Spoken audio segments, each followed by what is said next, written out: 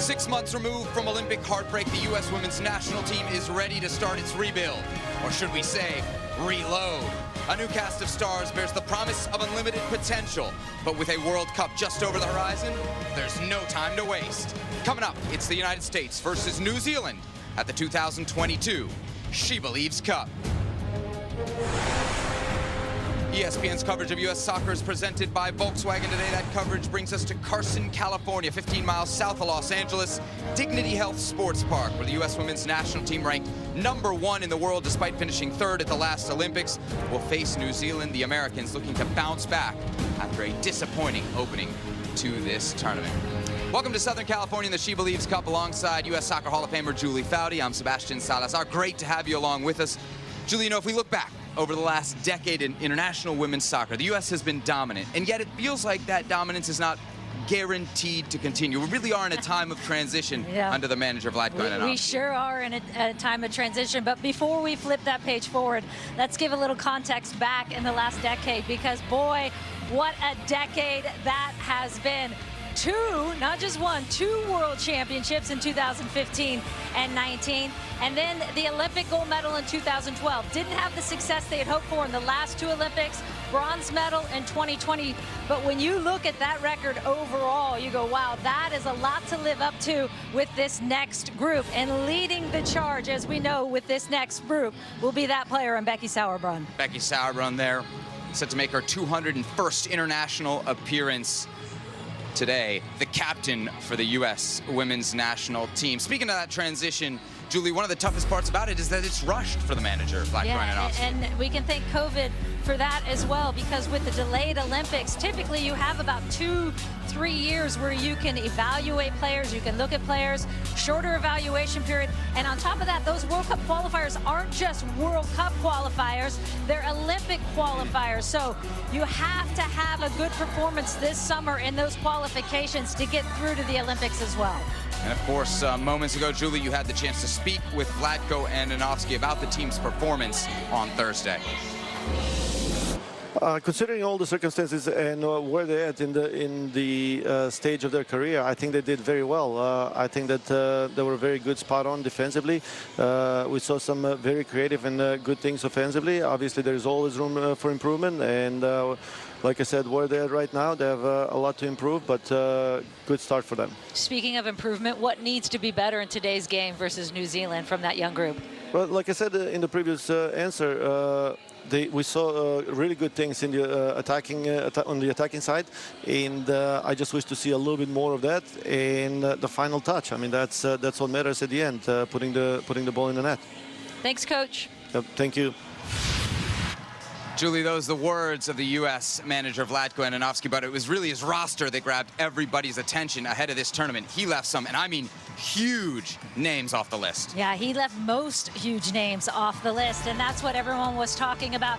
Look at the veterans that are not on this roster, who are available for call-up, by the way. Megan Rapinoe, Tobin Heath, Kristen Press, Alex Morgan. You can even add into the mix Crystal Dunn. She's pregnant right now. She's not in. Sam Mewis, Julie Ertz. So that whole chunk that has been such a part of this last decade, not here, and in large part because Vlatko Ananoski doesn't have the time, he thinks. He needs to look at these younger players, and he needs to look at them now. We saw some of those new faces on Thursday night. There were some moments, Julie, but they couldn't break through against the Czech Republic in a scoreless draw. Yeah, and this is a game that they had so much possession against Czech Republic. A very good organized defense in Czech Republic. That was Sophia Smith breaking them down. Kat Macario, another young player with so much upside and potential, getting a shot on goal. We saw her get Rose Lavelle in time after time. And overall, it was a dominant performance in terms of possession for the United States. But as you heard from Vlatko Ananoski, not the sharpness that he had hoped for in that final third. But everyone was looking to this moment. Trinity Rodman, the 19-year-old who had such success this year with the NWSL, and just literally her first touch with the national team almost gets a goal. It was called offside there, but so much to be excited about with this young team. Julie, here's a look at the U.S. lineup. 6 changes from the team we saw Thursday night. The biggest one, at least at the back, Alyssa Nair, her first game back after suffering a knee injury at the Olympics. And Sauerbrunn getting that start as well, and what you said was her 200th cap, 201st cap.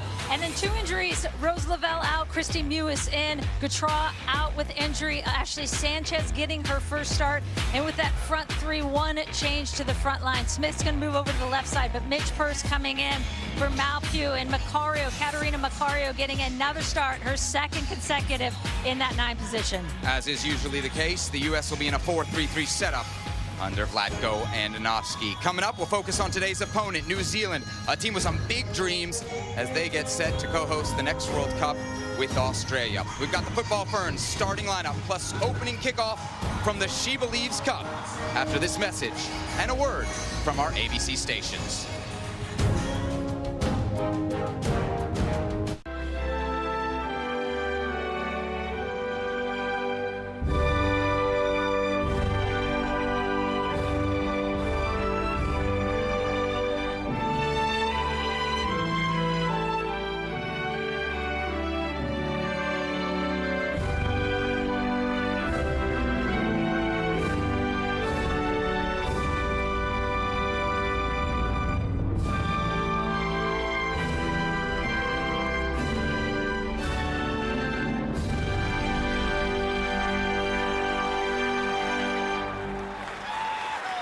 The national anthem of New Zealand as the Football Ferns prepare to face off against the U.S. women's national team here at the SheBelieves Cup.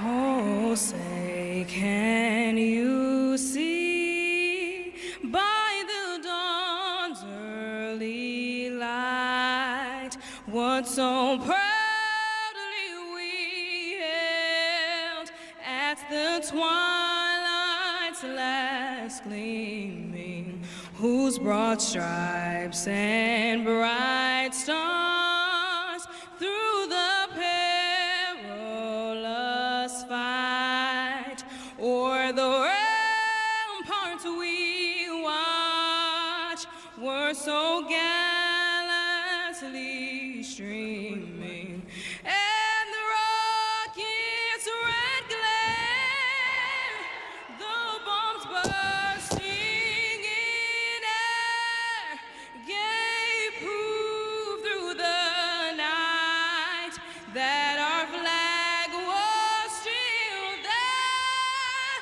Oh, say does that star-spangled banner yet wave o'er the land of the free and the home of the brave, the brave.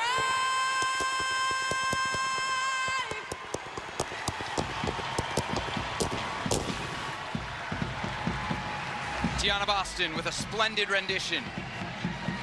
The American national anthem. Just moments till kickoff now between the #1 ranked U.S. women's national team and the Football Ferns, 22nd in the latest FIFA rankings.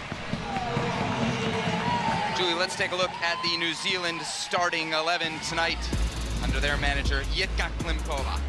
Yeah, they're going to line up in a 4-3-3 as well. 2 changes to that lineup, and the big one being Abby Ursig out in that center back position, not even listed on the team lineup today. And in for her is Claudia Bunge, also in at midfield, Betsy Hassett in that 4-3-3. New Zealand losing their SheBelieves Cup opener 1-0 on Thursday to Iceland. There is Klimkova. She coached the U.S. under-20s and under-19s between 2017 and 2019. Before that, she'd actually managed the New Zealand under-17 team, where, Julie, she worked with 9 players on this current squad, so she was really the ideal choice to take over for New Zealand. Yeah, a lot of familiarity with Jitka Klimkova. And here's a look then Vlatko Andonovski's starting 11, as we mentioned, 6 changes, Julie, from the team that we saw the other night, an average age of 27.2. With this lineup, Becky Sauerbrun's 201 caps, more than the other 10 starters that's combined. The nugget. When you add up all the other 10 starters on there, they don't even come close. Well, they come kind of close. 195 to Becky at 200. When you add them all up, she is going to be leading that back line as the veteran force on this team. Wearing the captain's armband, job she was given under Vlatko Andonovski.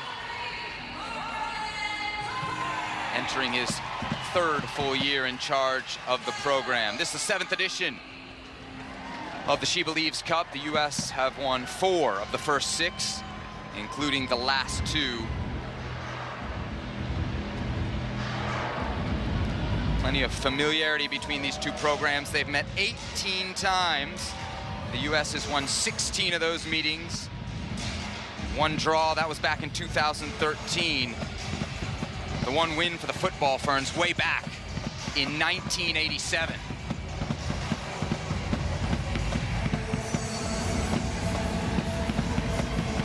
Both teams looking to bounce back after disappointing results in their tournament openers. New Zealand in the all-white kit going right to left on your screen. The Americans, blue and red tops going left to right. And we're underway from Carson, California, 2022 SheBelieves Cup. World Cup and Olympic champion Julie Foudy alongside me, Sebastian Salazar. Here come the Americans through Christy Mewis, looking ahead for Caterina Macario. Kicked out by the Kiwi defense.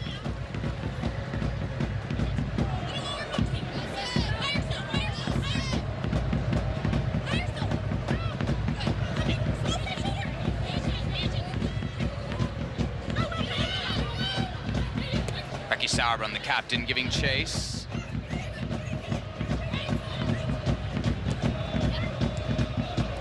It was only a minute into their tournament opener against Iceland that New Zealand conceded on Thursday. 48 seconds. Just couldn't bounce back from that against Iceland. Sauerbrunn wide for Sofia Huerta. Her 10th appearance for the U.S. women's national team. Little different look for the United States. Czech Republic in their Thursday game playing in a low block, dropping in. And New Zealand right now coming out with a little bit of a press, putting them under pressure, or that back line of the United States a little bit more. We'll see if they can stay with that. Olivia Chance back for Ali Riley, the captain.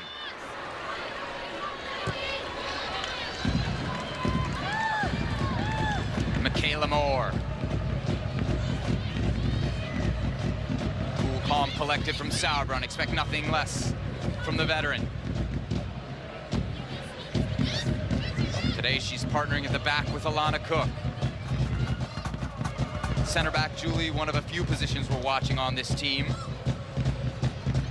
Yeah, we've seen in this transition period, really it being Alana Cook and Tierna Davidson linked up together, and that's a pairing that Vlatko Andonovski wants to really explore more of. Tierna Davidson getting a bit of a rest. A lot of these players, they're in preseason mode on load and minutes restrictions. Macario pulling away from the defense now. Cut down past midfield. Maria Belén Carvajal, our center referee from Chile, says play on. Chance to the middle. Cook intercepts.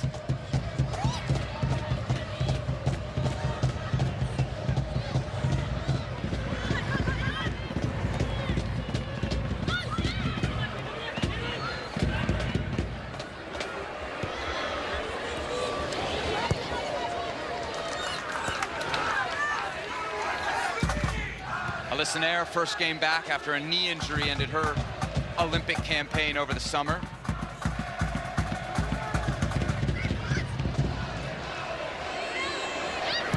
Again, New Zealand coming with some of that pressure You haven't seen a lot of teams take this approach against the United States in the last few years because they're worried the U.S. is going to be able to break them down. And if they can sustain that energy, again, we'll see how long they sustain that press. But the U.S. having a bit of a trouble getting out of the back.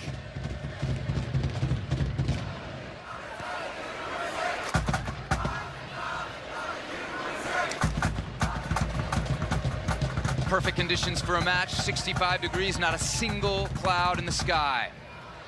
Ashley Sanchez pressured, hacked down in her first start for the senior national team. Same things happens to Christy Mewis a few yards downfield. Carvajal putting a stop to it. Quickly back in play for the Americans. Can they take advantage now? Down the left side with Sophia Smith. Early ball in, that's trouble. Goal!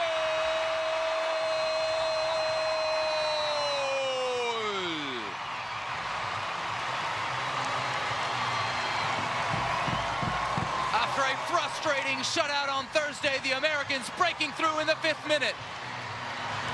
2 quick restarts were the key for this. Catching New Zealand, sleeping a little bit. The U.S. gets a quick restart, gets down that flank, and is having some success there. Whipped in so quick, the own goal by Moore on that near post. Difficult to deal with as you're running back to your own goal, but it comes from the quick restart. New Zealand not able to shift, reset, and the U.S., unlike the game against Czech Republic with so much domination early, able to get on the board.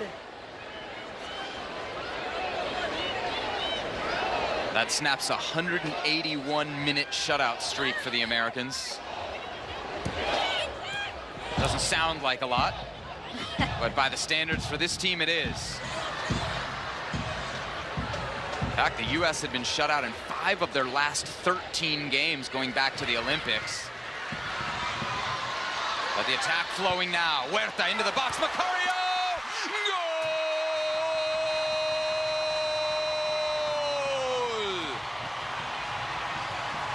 A second for the Americans and a second self-inflicted wound for the football Ferns.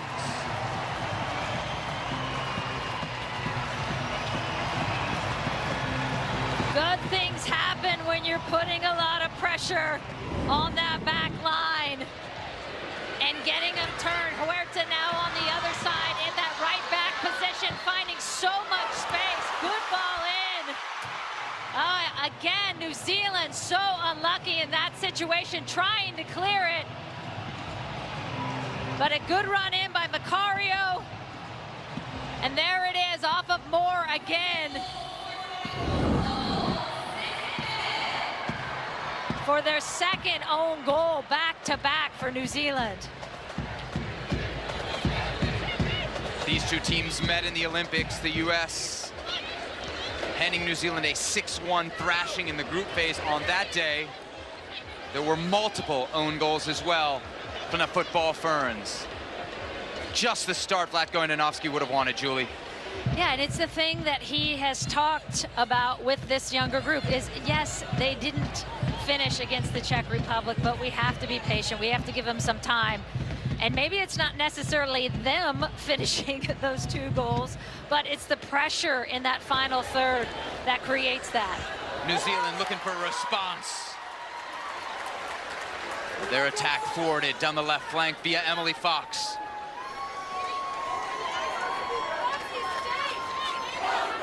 And this is going to be interesting to see how New Zealand responds to that, because that is just soul-crushing for a team against the #1 team in the world.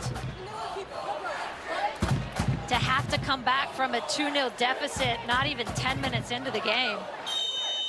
Corner kick coming here. Betsy Hassett locked in a one-on-one battle with Alyssa Nair right on the line. Header won by Cook. Break now for the Americans. 2-on-1 if they hurry, 3-on-1. Midge Purse.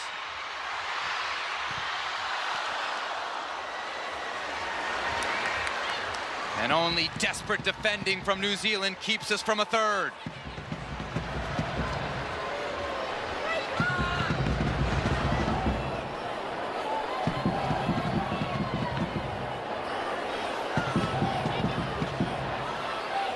Purse showing off her speed there, finished third in NWSL MVP voting last season for Gotham FC. One of so many talented options in those wide wing positions for Andonovski. Ball in here for Purse. Brave from Erin Naylor, who comes to gather.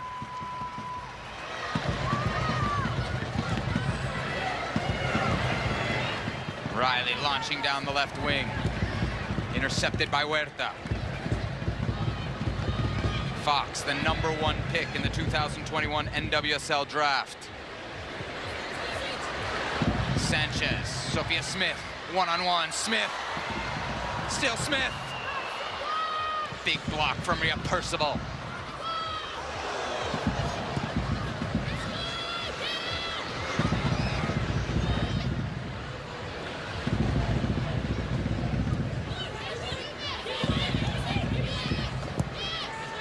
Tough start for Michaela Moore. As you mentioned, Julie, this New Zealand team missing Abby Erceg. A name very familiar to NWSL fans in the heart of their defense.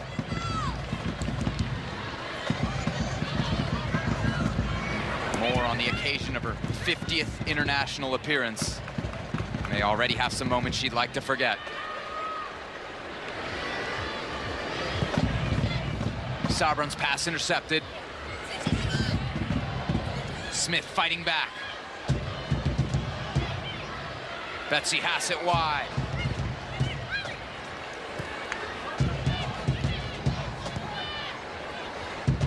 That is the danger, though, of pressing the U.S. team, is when you come for them and you open up the game a little bit more rather than staying compact.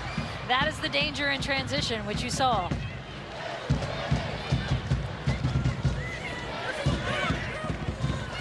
Riley.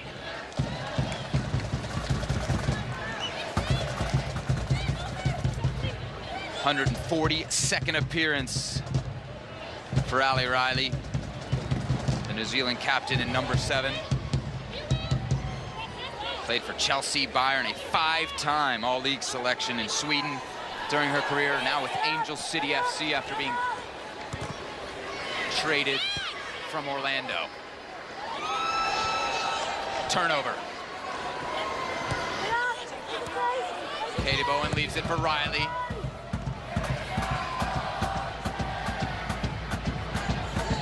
First touch there for Hannah Wilkinson. Quiet start for the powerful center forward.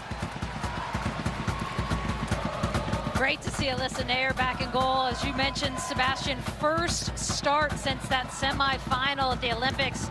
Injured in the 30th minute. And that has been a battle to get back with her knee. Two-time World Cup winner, the starter in 2019.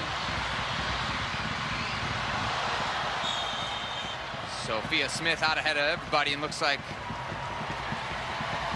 we'll have our first booking of the match in the 12th minute.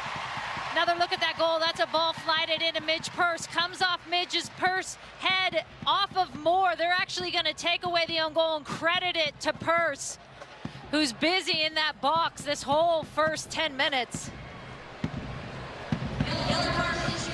You can see it clearly coming off Moore there, but they are going to give that goal to Purse.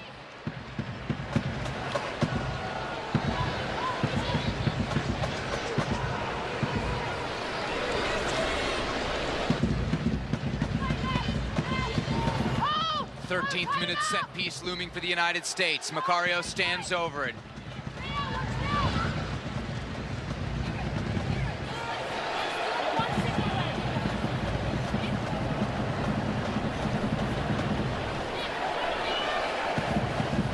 Three-player wall for the football Ferns.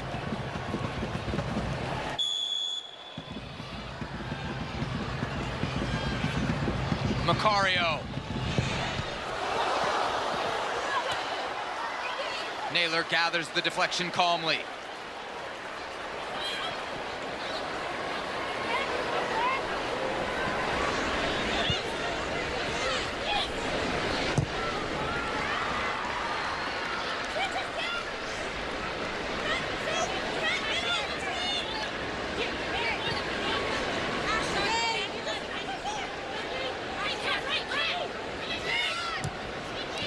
latest update is that both goals have now been own goals. They can't make up their mind.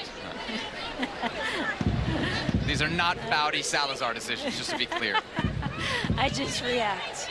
Maybe I shouldn't. Michaela Moore, the guilty party on both. Her switch here finds Allie Riley.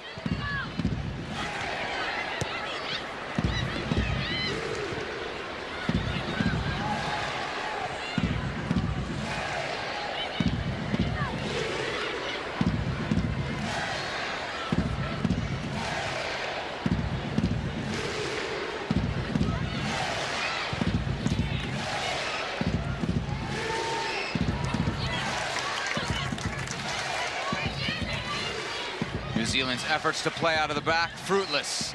And the Americans take over already with a 2-goal lead, 15 minutes in. Can they add to it now?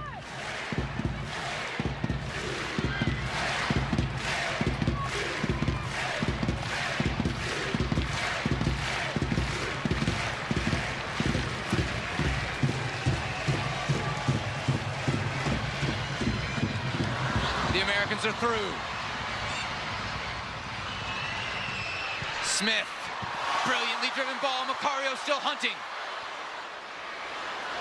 Bott with a chance to clear. Trying to get around Sanchez, can't do it.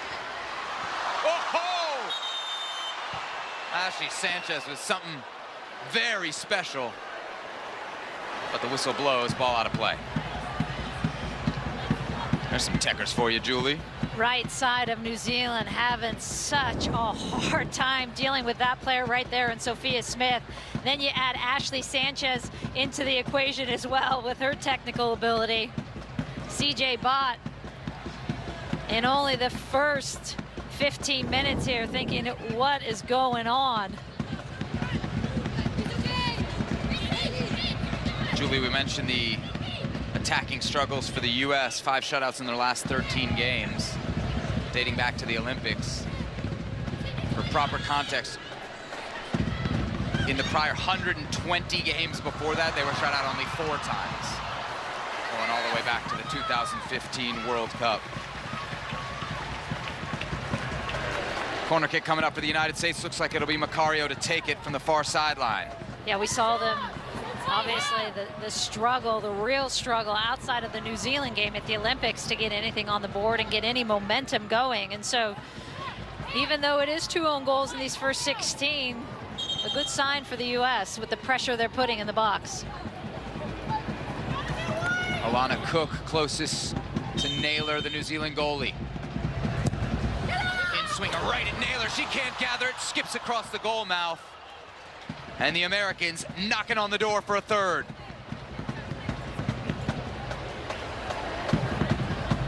Number 12, Betsy Hassett, down, one of their midfielders. Caught in that collision.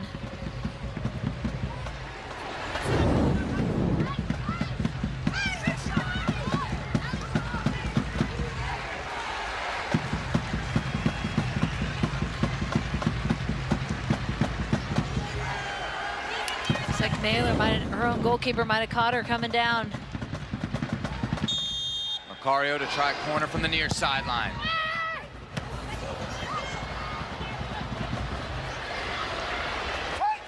Macario. Cuts past Percival. Across.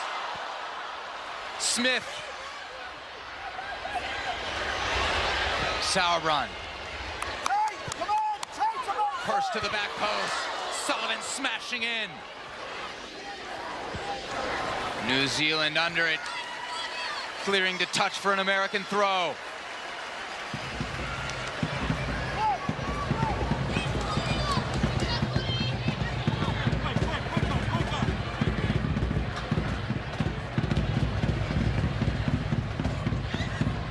I think the lesson too taken by this younger team in that first game, going back to that Czech Republic game, a ton of possession and dominance in the first 15 minutes that they didn't have anything to show for it on the scoreboard. And one of the topics of conversation when you talk to the players was they've got to capitalize on those moments, as you're seeing today.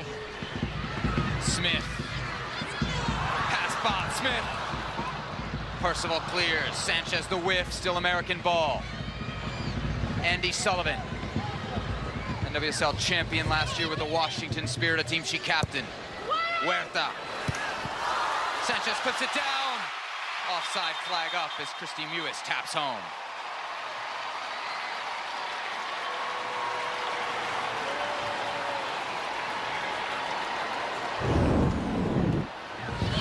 New Zealand under so much pressure. When the U.S. switches to an outside back and Sofia Huerta wide open, and there's the clear offside by Mewis.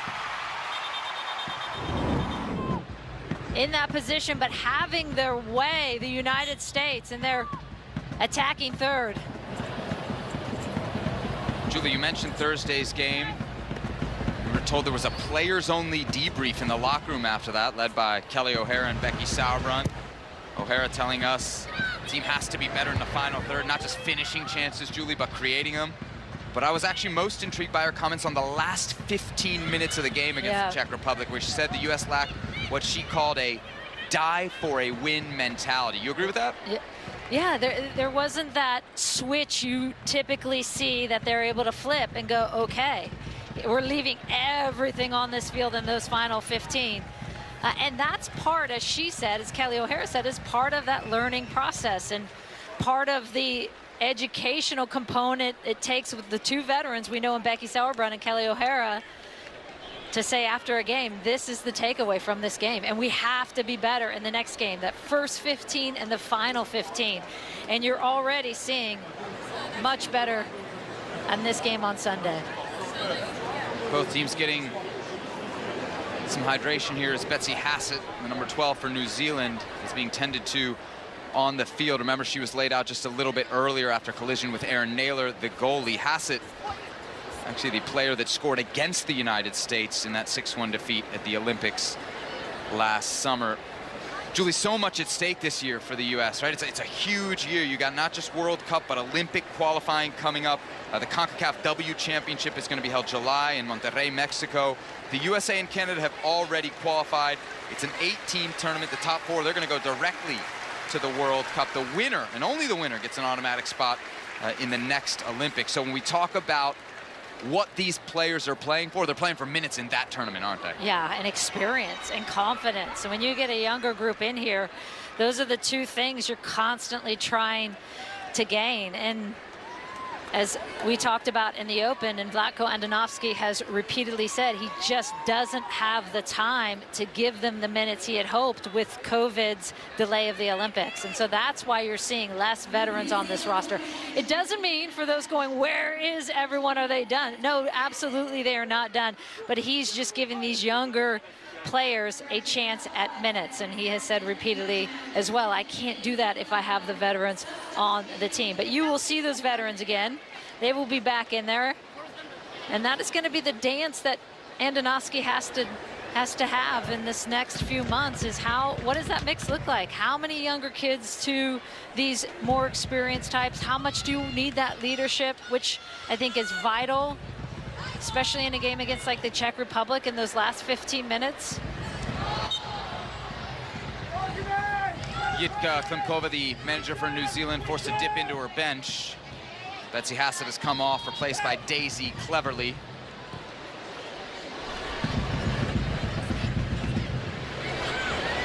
Macario back to goal. Paige Satchel, the number 13 for New Zealand. Her game built around speed. Fires ahead for Wilkinson. Satchel.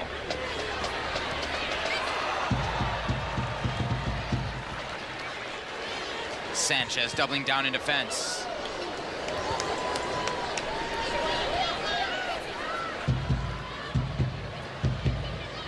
Mewis, long ball ahead. Smith with acres of green in front of her, bearing down on the penalty area.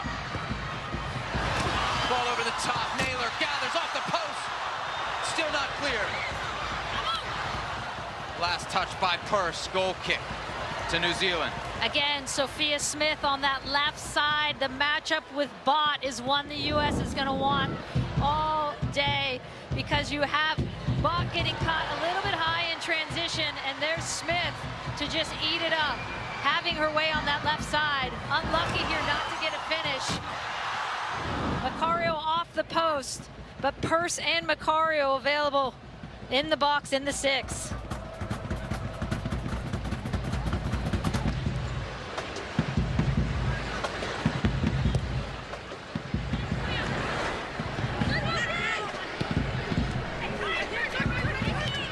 Sullivan. Purse. Huge touch from Bunge. Claudia Bunge in just her 6th senior appearance. With a key play. Olivia Chance. Wilkinson giving chase. Nair quickly off her line.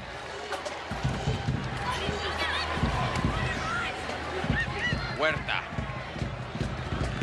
Back for Cook.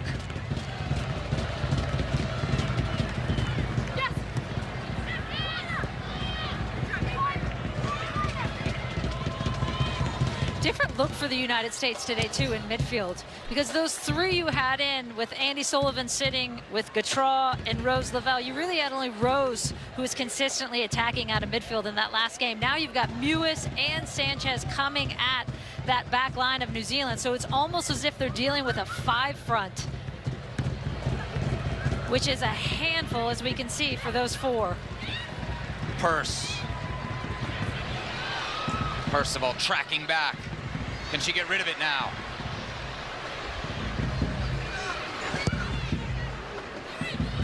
Mentioned Rose Lavelle. She picked up an ankle injury in the opener. Vlatko Ananovsky said, had it been a major tournament, Rose would have played, but I mean, here's your list of star power that's not here. Rose Lavelle, Crystal Dunn, she's pregnant. Abby Dahlkemper, Lindsay Horan with injuries before the tournament began. Sam Mewis still recovering. The big 4 that we mentioned, Alex Morgan, Megan Rapinoe, Kristen Press, Tobin Heath, plus Julie Ertz. I mean, there's a starting 11 right there. And a good one, a real good one. A lot of decisions to come down. Smith takes it herself. Huerta.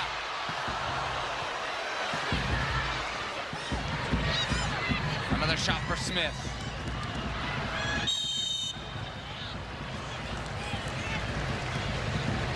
We got more SheBelieves Cup action coming your way Wednesday as the United States takes on Iceland. That match, again, on Wednesday on ESPN2, 9 p.m. Eastern Time, our coverage starts. It's the final match of the 2022 SheBelieves Cup for the United States. And you can catch it on ESPN.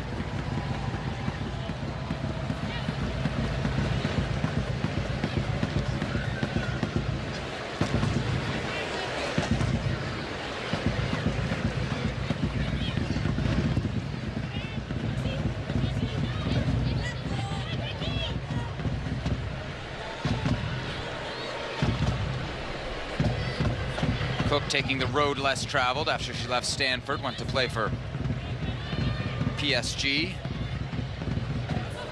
before coming back stateside. Now with OL Reign of the National Women's Soccer League.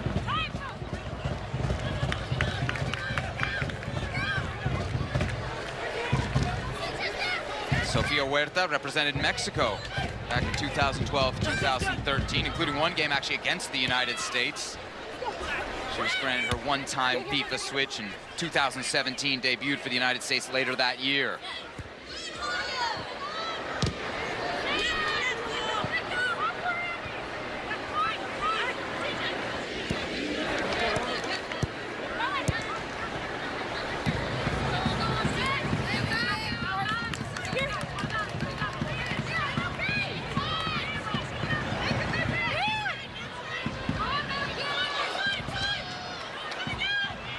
Katie Bowen.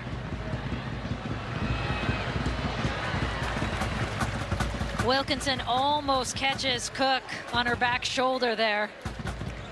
And that's the presence that New Zealand is going to need in their target, number 17. Forward, busy, pressing balls, picking up second balls. If they're going to get back into this game.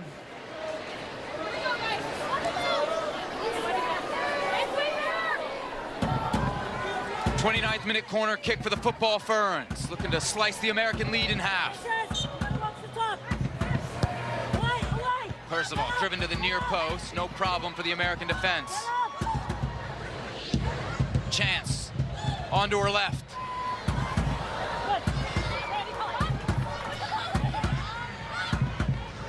Bunge working against Fox. And Emily Fox wins the one-on-one.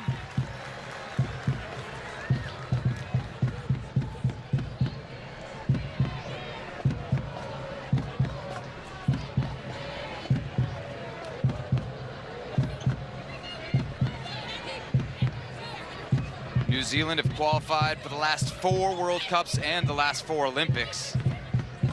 They've never advanced beyond the group phase of a World Cup. In fact, they've never won a match at a World Cup.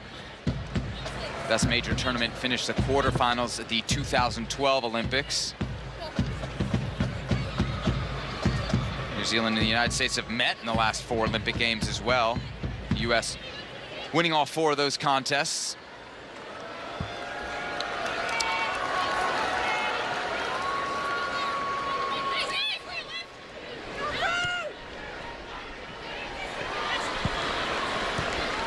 Macario drifting wide. She's got Smith in behind. Smith on Bunge. Purse. Sullivan can have a go from distance. She will.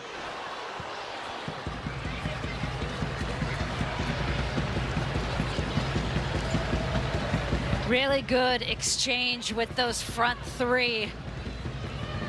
And this has been a busy day for Sophia Smith. Already 19 touches.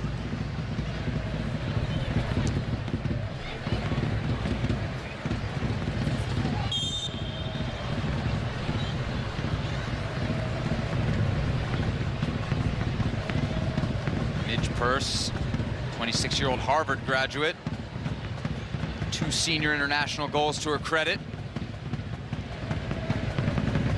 Need to add to that tally today. I believe this is the first time Midge Purse has been brought in as a forward for the national team. Whenever she's come in, she plays forward, of course, for her professional team. But when she comes in with the national team, typically she's an outside back, and that just speaks to the versatility that she can bring to a game. She can easily pop into an outside back position in the middle of a game, change that formation up for you. One of the things that is a big plus on her side when you look at Midge Purse.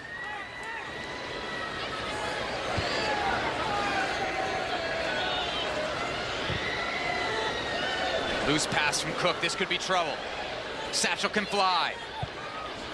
Into the middle for Chance. And she didn't miss by much.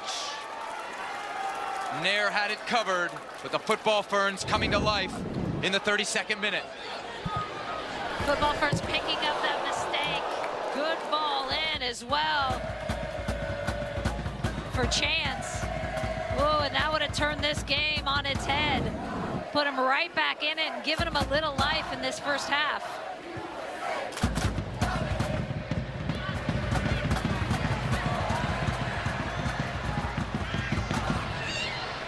Purse in the number 23. Good cover from the Kiwi defense. Katie Bowen from the North Carolina Courage. Battling in the corner. One of the veterans for this New Zealand side. Sullivan, Sanchez. New Zealand can break. Satchel. Had the speed, but not the touch.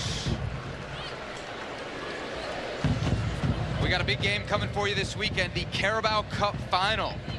Chelsea versus Liverpool, 11:30 a.m. Eastern Time, available for you, of course, on ESPN+.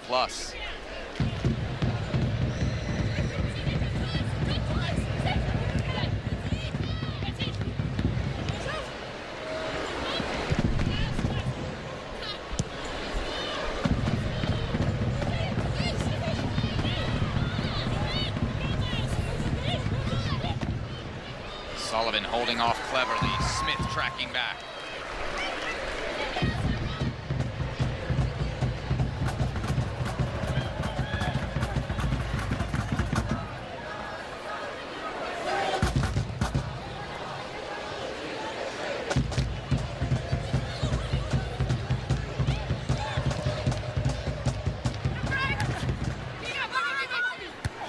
Riley wins the header twice. Should be a great one-on-one battle down this near sideline between Riley and Purse. A little bit of a lull here in the game. Tempo slowed down a little bit. I think if the United States, you think, okay, we've got the pace, we've got the athleticism, we've got the players to beat this. Let's put this team away in the first half, pick up the pace. Beautiful combination wasted as Naylor races out to pick up the long ball. ESPN's coverage of U.S. soccer is presented by the all-electric Volkswagen ID4.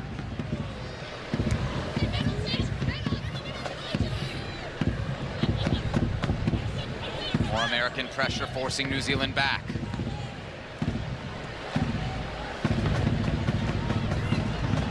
Poor pass from Naylor.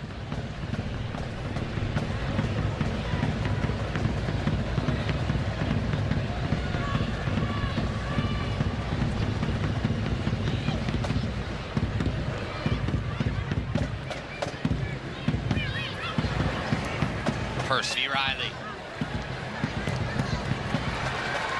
There goes Purse. Still Purse. And when it rains, it pours. It is pouring right now on Michaela Moore and the football Ferns. Hers and their third own goal of the afternoon. Oh, your heart goes out for Michaela Moore. But to give the U.S. some credit, they're putting New Zealand in these positions with their presence in the final third. Taking players on, Ali Riley getting beat by Midge Purse. And again, Michaela Moore tracking back at her own goal. Those balls played across with pace are so hard to deal with. But for this to happen 3 times to Michaela Moore is soul crushing, as you saw the look on her face.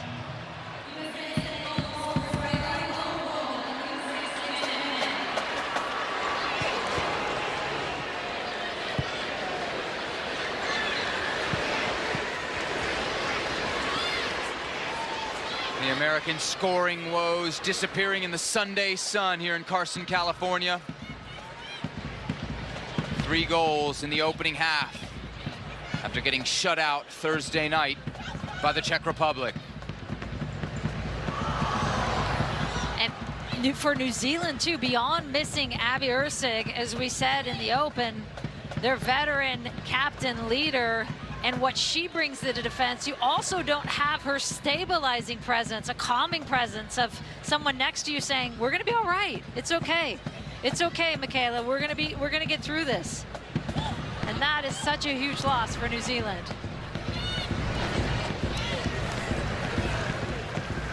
Another corner kick coming for the Americans. Meanwhile, looks like Jitka Klimkova preparing another substitution. Rebecca Stott wearing the number 6, checking in with the 4th official.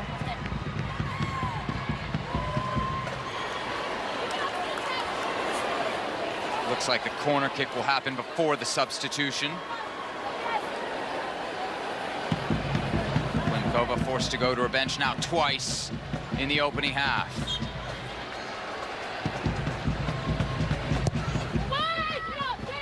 Sauerbrunn in the box, to the back post. Naylor intervenes.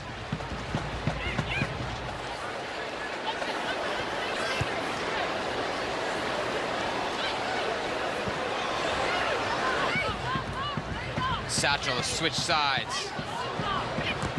Now working on Sofia Huerta. Couldn't get any separation.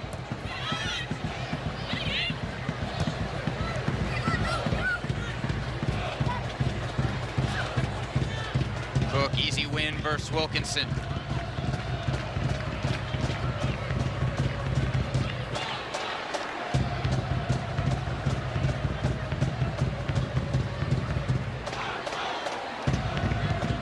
It's as if on cue, it looks like Midge Purse is switching over to that left back position.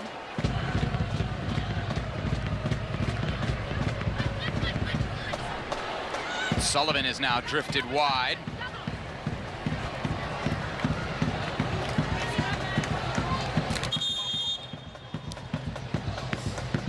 So will be a change here in the 40th minute for the Football Ferns. Coming off, Michaela Moore.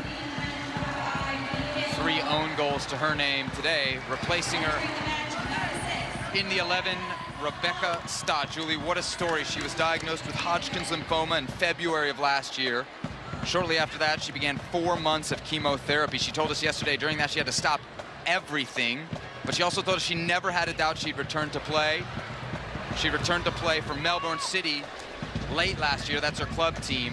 Thursday against Iceland, her first game back for New Zealand. She subbed on in the 74th minute. Actually, Julie, right when you and I were getting to the stadium, It was a special moment. To see what she's been through and watch, she's been very open about the journey that she's had dealing with this. And it's tremendous to see her step onto that field and wave and smile and be back playing for New Zealand.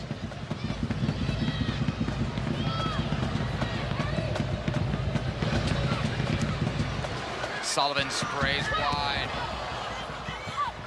Bowen half clear. Percival's got to get it out.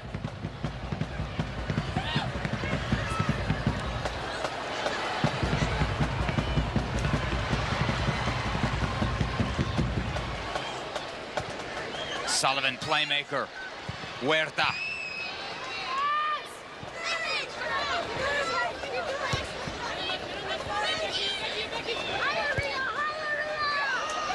Sullivan's pass intercepted.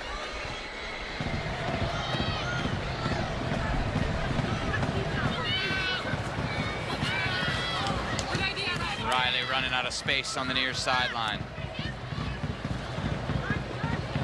Heartbreaking images. Michaela Moore, her 50th international appearance. One she won't soon forget for all the wrong reasons. First thing Yitka did, coach of New Zealand, is gave her a big hug as she walked off, and she just dropped her head into her shoulder. As a player, do you want to come off there, or do you want the opportunity to right the wrong? I think you want to right the wrong. I don't think you want to be yanked off in that moment, but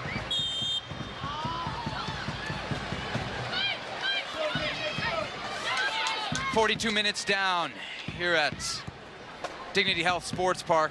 U.S. women's national team beating New Zealand 3-0 in their second of 3 here at the 2022 SheBelieves Cup. Julie Foudy, Sebastian Salazar with you on the broadcast.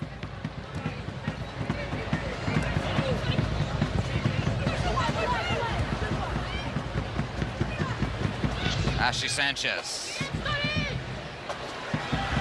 has Fox at the back post. Bowen away.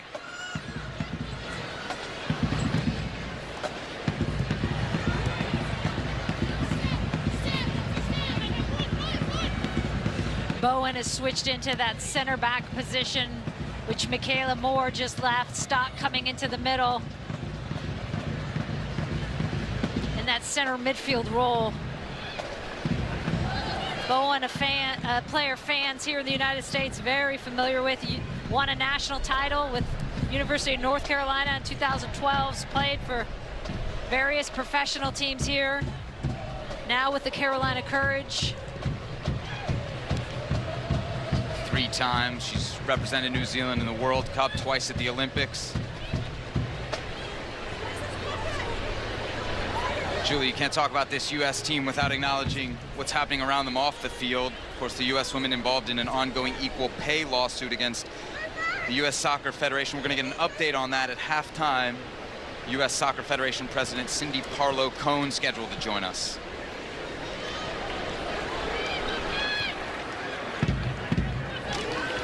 Riley double teamed in the corner. She's done well to win kick. Watch it early! Watch it early, South!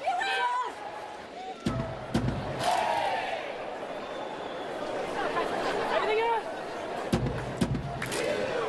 South, beware! South, beware!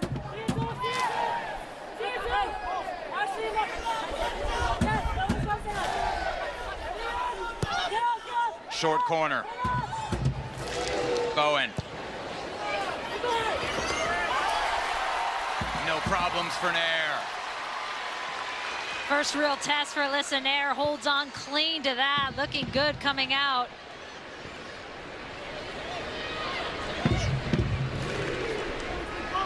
Stott finds Olivia Chance.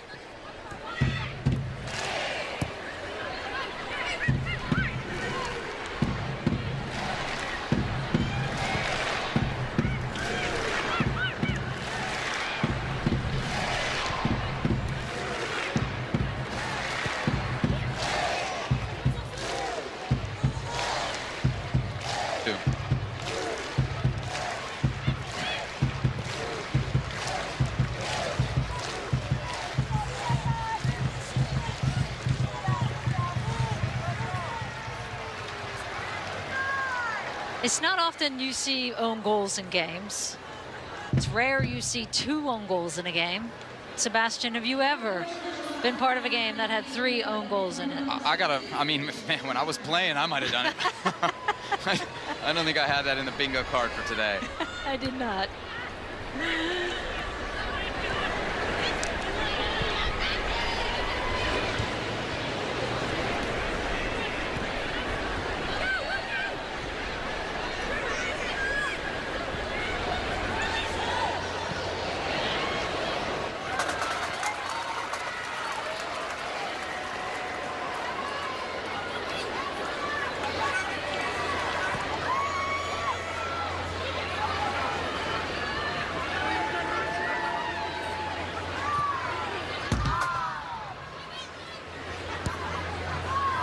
Final moments of the first half.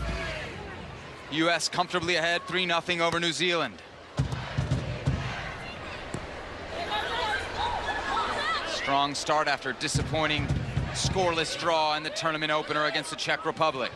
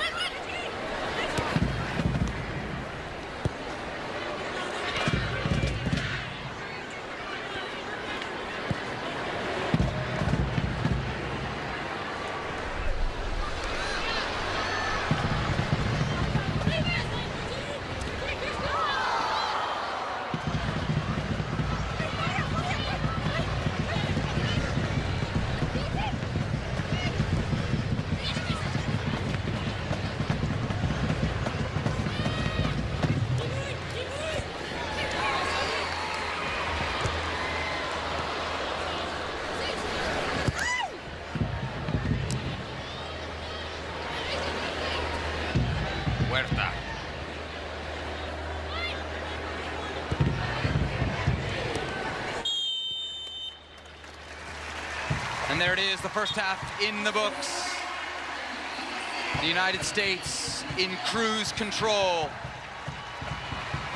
They lead New Zealand 3-0 at the half. Sophia Smith, Midge Purse critically involved in the goals on what's been a heartbreaking day for New Zealand. 3 own goals, the difference in this match. When we return, Julie and I will talk with U.S. Soccer President Cindy Parlow-Cone. That interview next. ESPN's coverage of U.S. Soccer is brought to you by Volkswagen. More after this message and a word from our ABC stations.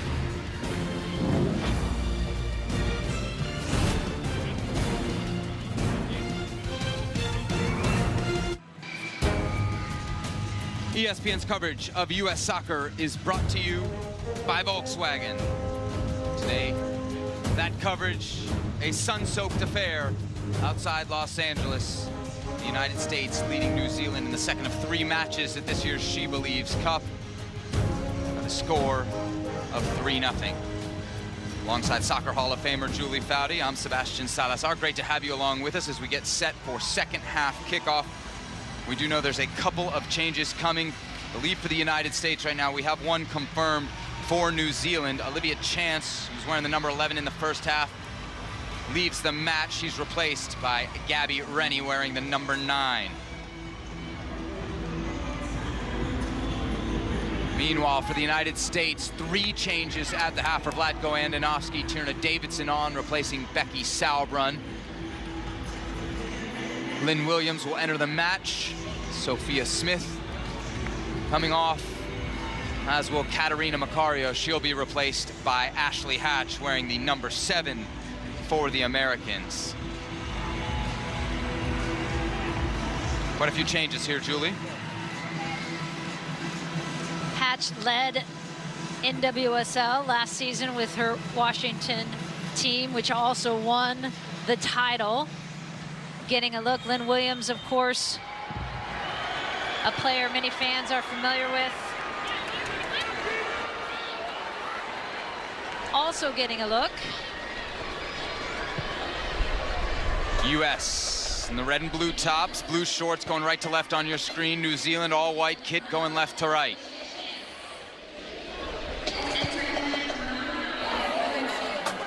US first in the latest FIFA rankings. New Zealand 22nd.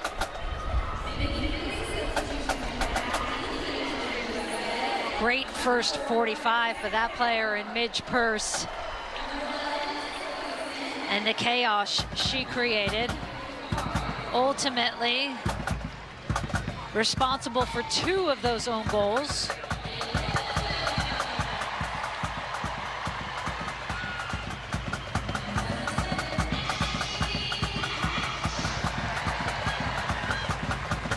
Cleverly, wide for Riley. Can she get more involved in the attack? Would be a big boost for New Zealand. Fox, shaky header, falls for Bott. Bott gonna lace it right into Listenaire. No problem for the veteran goalie. Second error from one of the US backs that the New Zealand team hasn't been able to capitalize on. There's Wilkinson trying to catch Nair off her line. But again, that little pressure from New Zealand causing some problems early, as it did early in the first half for the United States. And if you're New Zealand, you got to know you're not going to have a ton of looks against the United States. Here comes that New Zealand high press. Fox dancing around it. Ahead for Williams.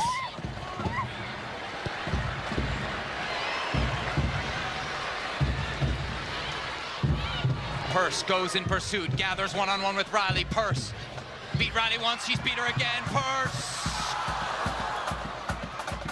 And only a diving deflection from Rebecca Stott saved the day for New Zealand.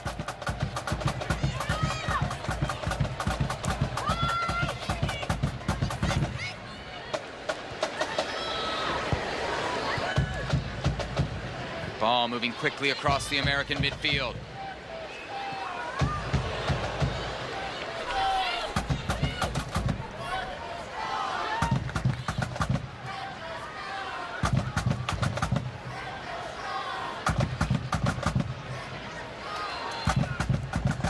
Emily Fox operating out of the left back spot, a spot usually taken up by Crystal Dunn. Dunn pregnant right now, although Julie, I don't know if you saw the video from earlier this month. Crystal posting on social media, doing full drills and everything at 6 months pregnant. Pretty impressive. Not surprising. Go Dunner. Purse. Sneaking in behind Bunge and nearly got there just in the nick of time. Her hustle has instead resulted in an American corner kick. US looking for their 4th in the 49th minute.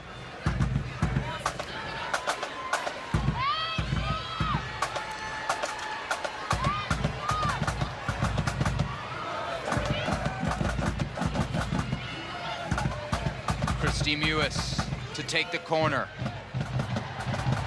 30-year-old now with Gotham FC via the expansion draft. Clips it into the box, Naylor comes, got a swat to it.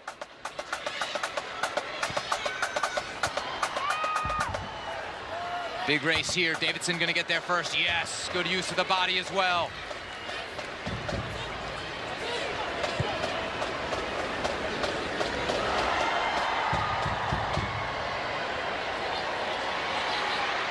The wave starting to make its way around Dignity Health Sports Park. Now the American wave crashing down on the New Zealand penalty area. Huerta, tricky to the back post. Purse couldn't get there.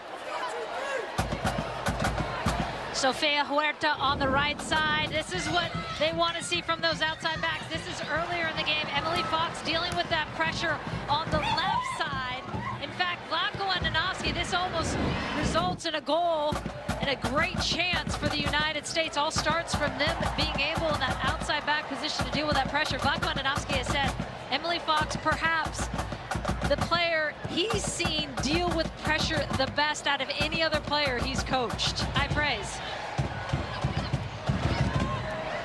First dealing with pressure effectively. So has Sullivan. The Americans switching the point of attack. Huerta racing forward. She's got plenty of options in the box. Hatch! Golazo!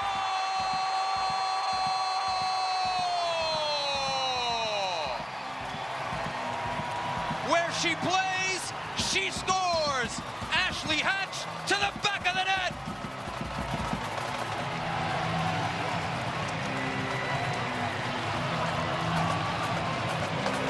Continuing her run of form, Ashley Hatch had 2 goals in Australia in November, and there she is, as we've seen her do so many times on the professional level, finding herself in a good position in the box, and doesn't mistake it. Issen's going into the back of the net, Naylor caught coming across the goal, and Huerta with the beautiful ball in to put the United States up 4-0. Hatch's 3rd goal in just 5 international appearances. As you mentioned, Julie, she was the NWSL Golden Boot last year for the Washington Spirit with 10 goals.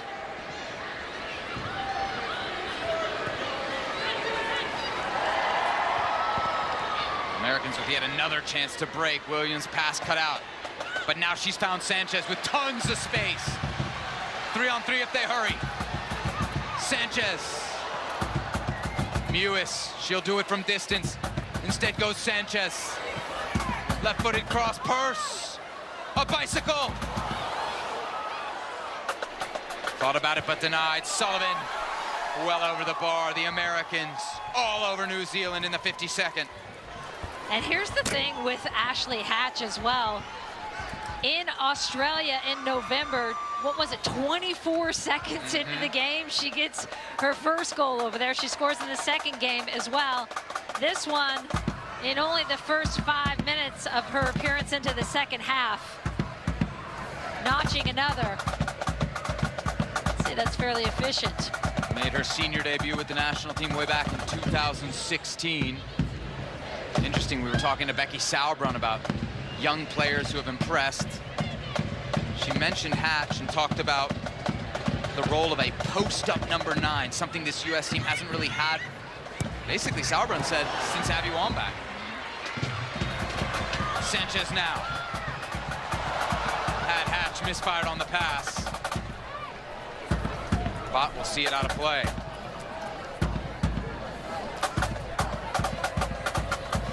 A reminder, this Saturday starting at 11:30 a.m. Eastern on ESPN+. We got some Bundesliga action going on. Augsburg, that's Ricardo Pepi's Augsburg against Dortmund. That's Gio Reyna's Dortmund. Although we know he got hurt today. Again on ESPN+. That's a Saturday, 11:30 a.m. Eastern.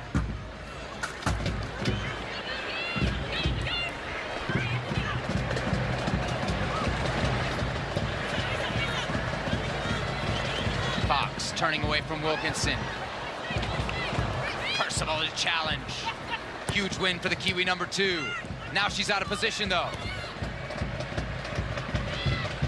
Hatch. Mewis.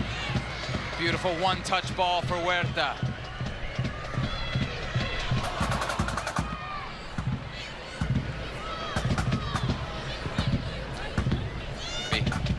Davidson, slick ball. Hatch gonna be there first. Right into the waiting arms of Aaron Naylor. Vlatko Andonovski looks to be preparing a couple more subs down on the near sideline as we approach the 55th minute. We did talk earlier, but it's worth repeating. A lot of these players under load and minutes management, meaning that's why you saw Katarina Macario and Sophia Smith come out at halftime. 45 minutes for both of them. They have it highly charted and graphed and mapped out for these players, as they're mostly outside of Katarina Macario in preseason. So there you see the two players set to come on. It'll be Jalen Howe placing Andy Sullivan in midfield. Howell making her third appearance for the senior national team. And the second sub, one that will draw a lot of excitement. Trinity Rodman, the reigning National Women's Soccer League Rookie of the Year, enters the match in the 56th minute, replacing Midge Purse, who had a great day. Fantastic performance. 55 minutes for Midge Purse, and there is Trinity Rodman getting her second cap for the United States. Saw on the byline there, signing the largest contract ever in NWSL history, 1.1 million over 4 years with the Washington Spirit. 19-year-old making her debut on Thursday against the Czech Republic. Almost scored with one of her first touches. Not just your NWSL Rookie of the Year, also a best 11 pick, and by the way, a title winner with the Washington Spirit. What a year she had. In her first professional campaign. Sanchez, cutting in the box. Still Sanchez.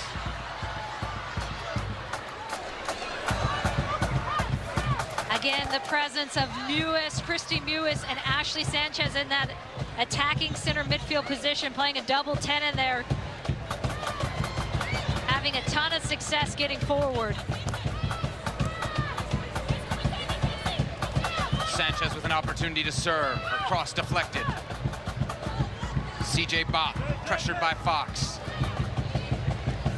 Keeps it in but can't keep possession. Americans right back on it through Jalen Howell. Howell for Rodman, soaring through the air. Couldn't get it goal bound.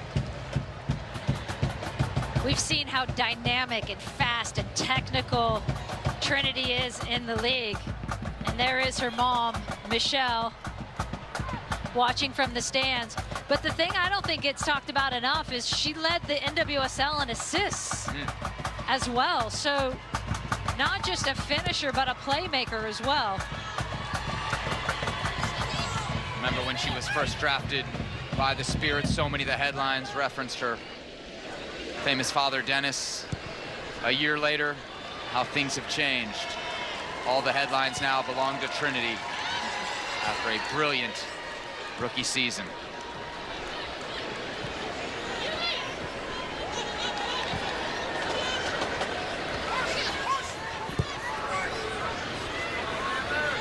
Good turn from Bott. Bumped into from behind by Lynn Williams. Immediate pressure with those fresh legs up front for the United States. You're going to be seeing this all half with Hatch in the middle, Trinity on the right side, and Williams on the left, picking their moments to really high press and put some chaos into the mix.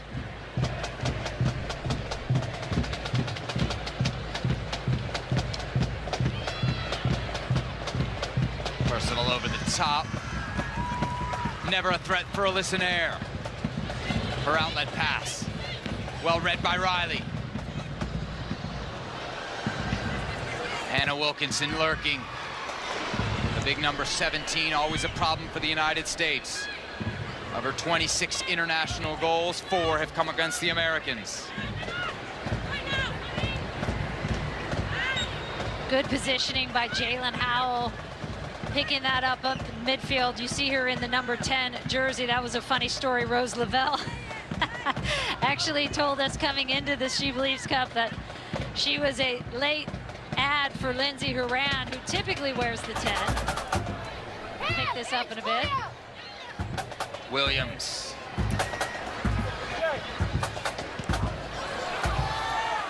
Stott standing tall atop the area, forcing the Americans back. Howell in that number 10 wide for Fox. When Howell came in for Horan, who wears the 10, Horan out with a knee injury. They told her she was going to wear the number 10, and she said, I can't wear the number 10. There's no way I'm wearing the number 10. They're like, yeah, you're wearing the number 10. And then she said, I'll wear anything but the 10. I shouldn't be in the 10. And Rose said they had so much fun with giving her grief the entire week of, gosh, you got that real quick. All of a sudden, you're in the 10? Look at you, hot stuff. Howell coming off a great collegiate career at Florida State, the number 2 pick in this year's NWSL draft by Racing Louisville.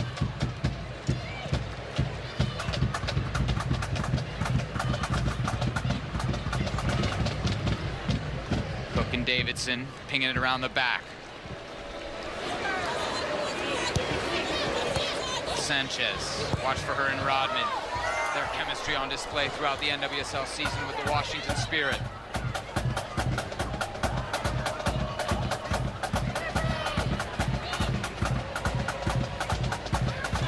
One hour down, U.S. leads 4-0 at the SheBelieves Cup. Second of 3 games for the Americans.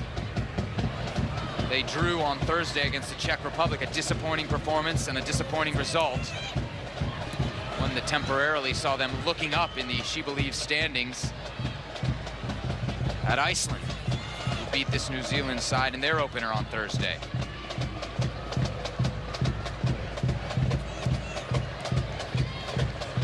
Sanchez, what a turn. Sanchez, the left-footed rip. Beyond the far post. Such a good glimpse, though, of what Sanchez brings to the field. Earlier, you saw her popping out wide. Now she's in that seam underneath, finding a little space through her creativity. Misses wide, but this is the danger she can create on the ball. So comfortable in tight spaces. And has the ability to float. Really, Andonovski giving those attacking center midfielders the freedom to go at will.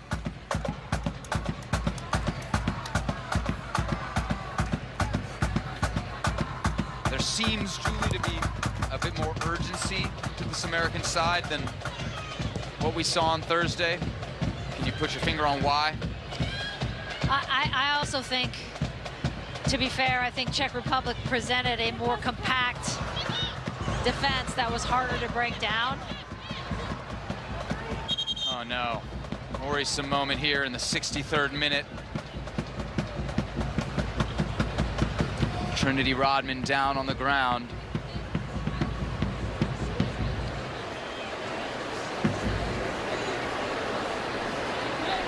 Something looked to have happened off the ball. Don't know if it was a contact or non-contact injury. We'll all for now hold our breaths. Again, this is one of the young stars of the National Women's Soccer League, potentially one of the future faces of the U.S. Women's National Team, as her mother Michelle looks on in concern. You know where it is? The quickest one? There she is right there, coming back in the blue shoes. Catches her. And you can see Rodman saying to the referee, she wasn't even on the ball and she's whacking me.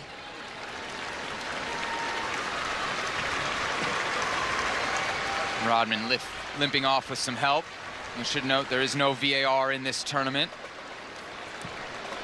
So Maria Belén Carvajal won't have the second look that we will. Yeah, here's Percival, plays it in and then gets a swipe here.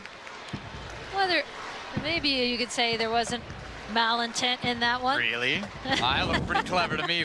The other angle didn't look as I think she knew what she was doing. Percival, such a veteran for this New Zealand side. This is her 159th senior appearance. Most of any player on this team. It'll be CJ Bott, though, to put this ball back in play.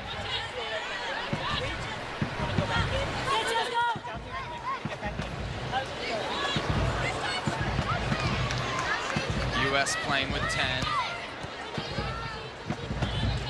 As Rodman works her way back to midfield.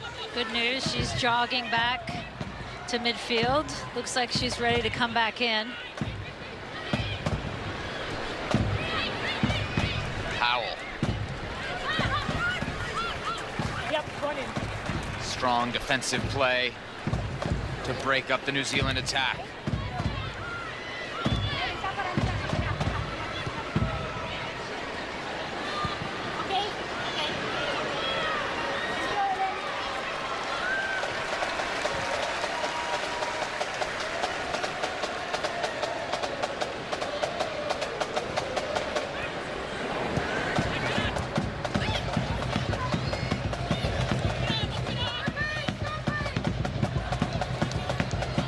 Good touch from Stott.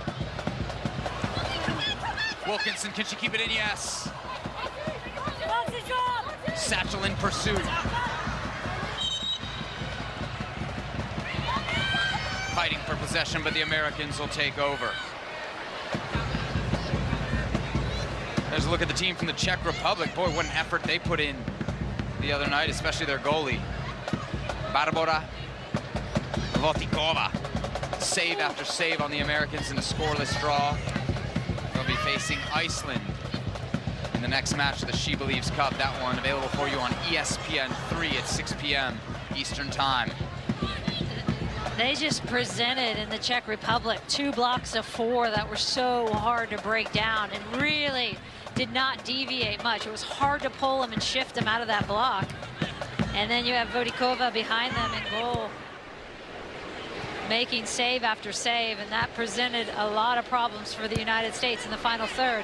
Here you see a New Zealand team that is wanting to play a little bit more, and with that, a higher line, a little more press, opens up the game again, and that's the danger as you expose yourself on the other side when you want to open it up.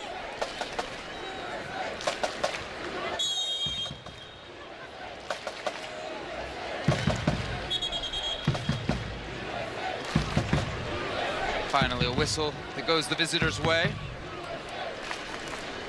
It'll lead to yet another substitution for the United States. Looks like Mallory Pugh set to enter the match. She'll replace Ashley Sanchez. Pugh started against the Czech Republic on Thursday night. Sanchez coming off after her first start at the senior level. Really good 67 minutes for Ashley Sanchez, buzzing all over the place. Mewis and her in that 10 role.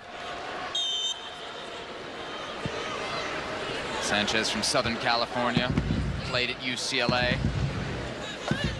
No doubt some friends and family in attendance today.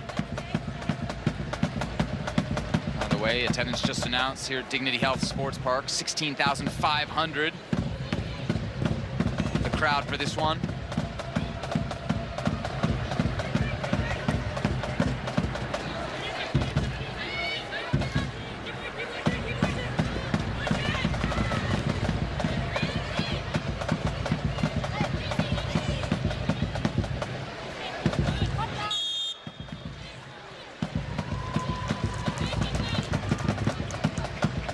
New Zealand with some substitutions as well. Elizabeth Anton on replacing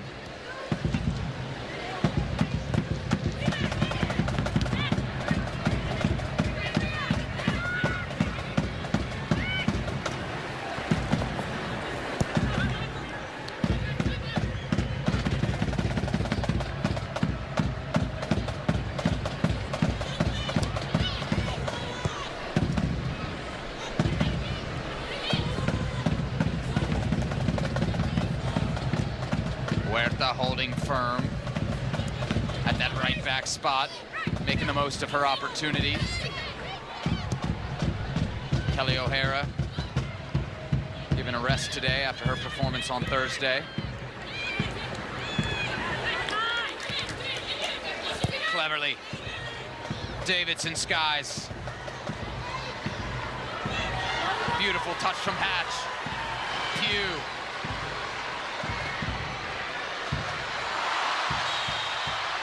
Wrestled down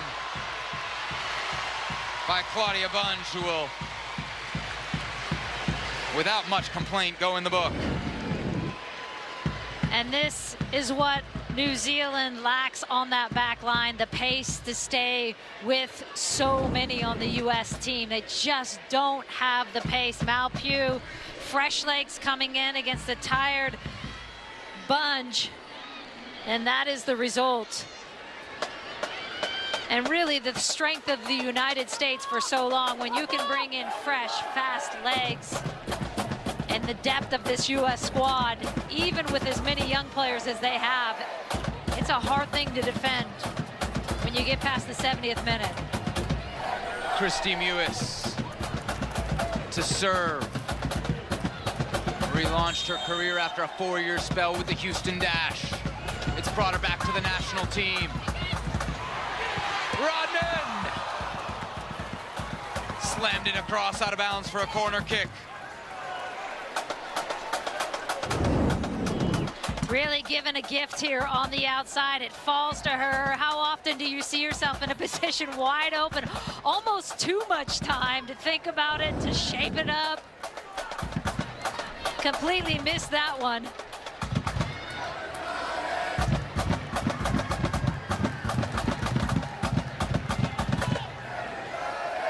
Fifth corner kick of the game for the United States.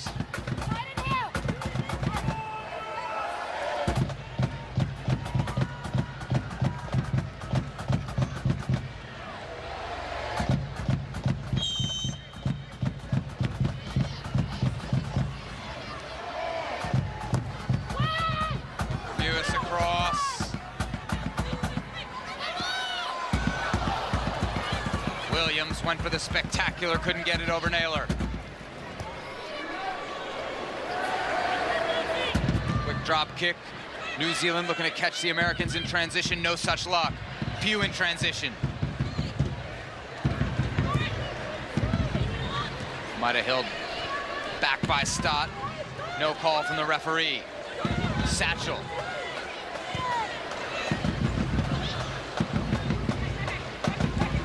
Wanted Gabby Rennie.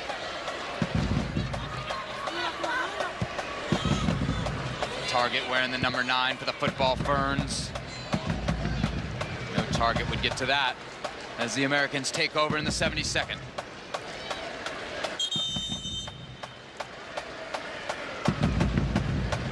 Three changes coming then for New Zealand. Will be Elizabeth Anton. Fender entering the match, placing Ali Riley, the captain at left back. Rhea Percival take over the R band for New Zealand. Also entering the match, an exciting player wearing the number 10, Jackie Ham, 23-year-old, played collegiately at Colorado College here in the United States. She comes on for Paige Satchel. And the last of these three subs, Emma Ralston, entering the match. She replaces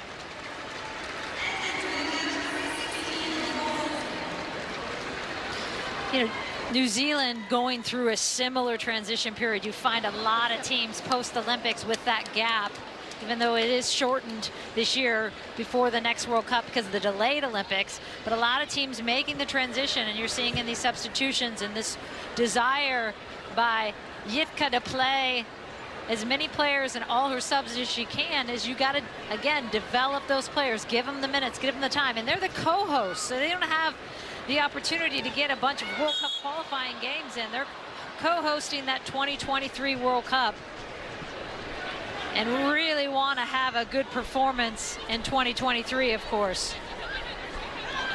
Emma Ralston, the last of those changes, replacing Hannah Wilkinson in the 11 for New Zealand.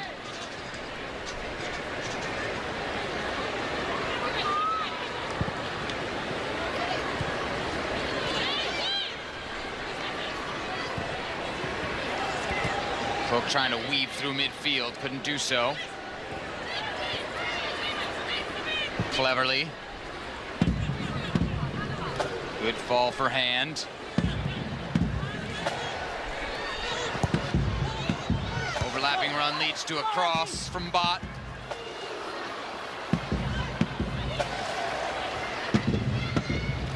Percival. Hand.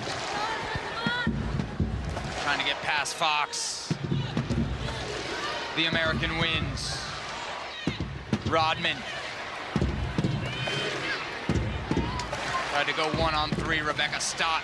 Sturdy in the challenge.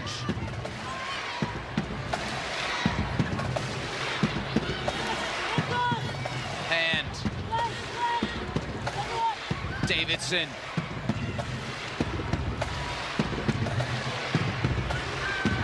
U.S. dominating in the air.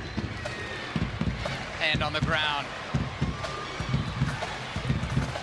Williams wanted Hatch, but the American center forward running out of steam. 75 minutes down, quarter hour to play. Second of 3 at the SheBelieves Cup.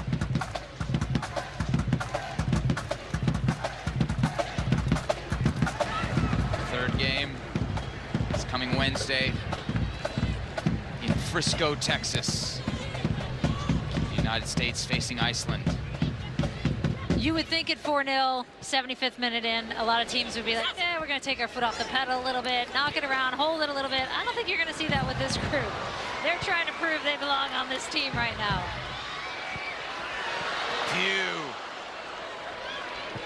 Pugh. Nearly slid it through for Rodman. Credit the Kiwi defense. I mean, it really is a blank canvas for the U.S. women's national team in this transition period. Every player, whether you're a young player or a veteran player, is thinking, I have to prove that I belong on this roster. We talked to Kelly O'Hara about that actually yesterday. She said, even me, at 150 caps almost, I don't know if I'm going to be on that roster. It's a great motivator. She says, and I know every veteran feels that right now. And that is a good thing. To have that little nudge to say, all right, every day she says I wake up, I'm thinking I gotta get better. Vlatko Ananovsky telling us last night he knows Megan Rapinoe can solve problems. He knows Alex Morgan can solve problems. He knows Kristen Press can solve problems. What he wants to find out now is, can this younger group of players solve those problems? Did he get some answers in this match? Yeah. You know, that's a great question. Yes, I think you had clearly, because of the pressure Midge Purce put on them, the pressure Sophia Smith put on them, Katarina Macario in that first half, what they were doing, running at that back line and turning them, helped create those goals. They will say, we also want to put our name on the score sheet as well, not just be own goals is the next page forward. But what I think is important is, in those moments against the Czech Republic, you, to your point, don't have a veteran player to turn to, and that's what Vlatko Ananovsky wants to see. Can, in those moments, you grow as a player instead of relying on a veteran player, and show me what you have?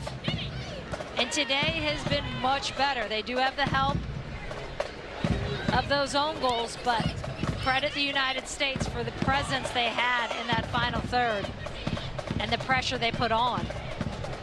All the competition for spots. This year's National Women's Soccer League season should be one to watch. 22 of the 23 players on this SheBelieves Cup roster in the NWSL, the lone exception, Katarina Macario, who plays for Lyon in France.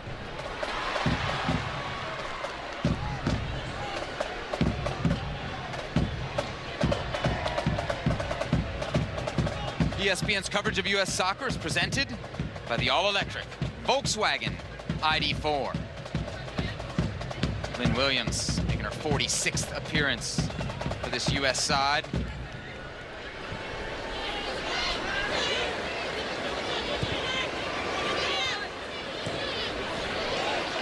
Big win from Howell. Pugh.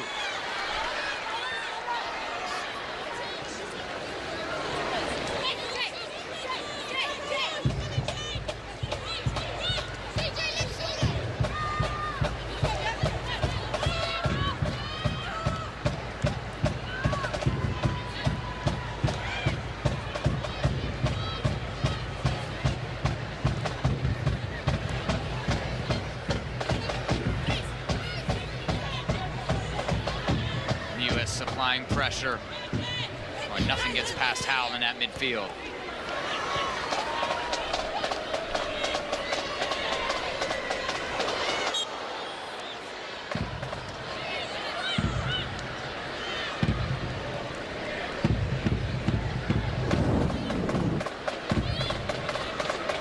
New Zealand still fighting through it. Gabby Rennie there with the challenge on Howell. Trying to pick up something, get a little momentum in this. Rennie, just 20 years old, scored a goal actually at the Olympics against Australia. Plays her college soccer for Arizona State. Previously was with Indiana, and part of really a young and golden generation for the football Ferns. First ever medal for any team from New Zealand at a FIFA World Cup. Came back in 2018 at the Under-17 World Cup. Rennie a part of that team. Of course, New Zealand and Australia set to co-host the next World Cup, that in 2023. Qualifying in this region for that tournament coming up in July. It was interesting, wasn't it, talking to Jitka Klimkova yesterday about her taking over this new role, head coaching role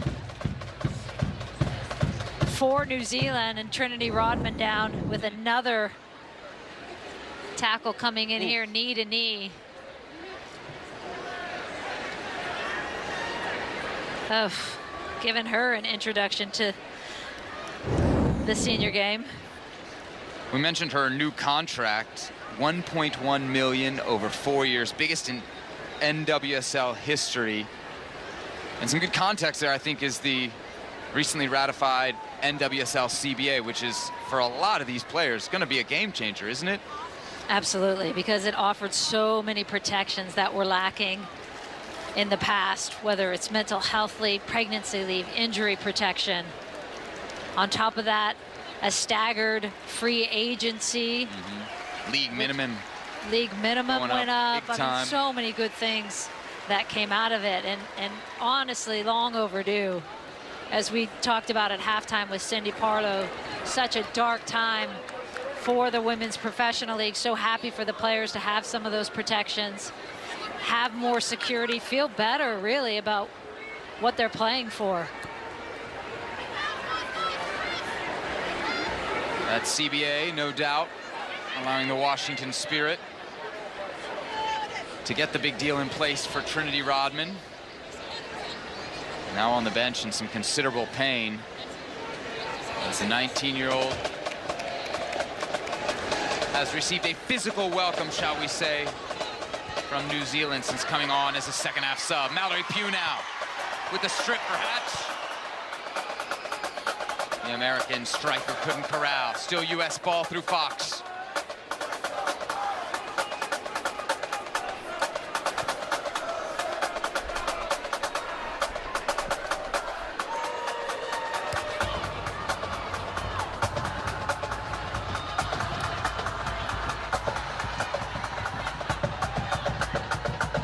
A win here would at least momentarily move the United States into first place at the 2022 SheBelieves Cup. That could change by the end of the day. Iceland right now sitting on 3 points after their opening win against this New Zealand side. They'll play the Czech Republic at 6 p.m.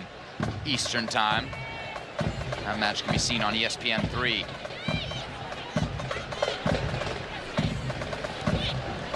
Ashley Hatch, the only American on the score sheet today.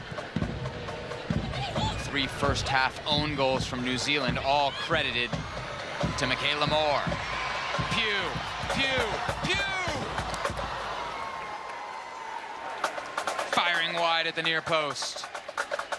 Again, though, Mal Pugh getting herself into good positions. Showed up on that left side, winning a ball earlier, now popping up on the right, so lively. I thought she also looked very lively against Czech Republic, picking up balls as well. Pugh left off the team at the Tokyo Olympics. That after playing in the Olympics in 2016 as a teenager. She was on the World Cup winning team in 2019, but a great 2021 campaign with the Chicago Red Stars has got her very much back in the national team picture. She was second in NWSL MVP voting last season, behind only the winner, Jessica Fishlock. And not surprisingly, talked about her taking some pressure off herself, which every young kid watching out there, I hope they hear, just enjoying the game again. Stop thinking about outcomes and results and just played. She said, as soon as I did that, the joy came back to the game.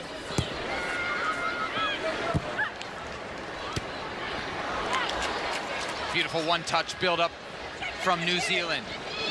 Hand. Dangerous cross.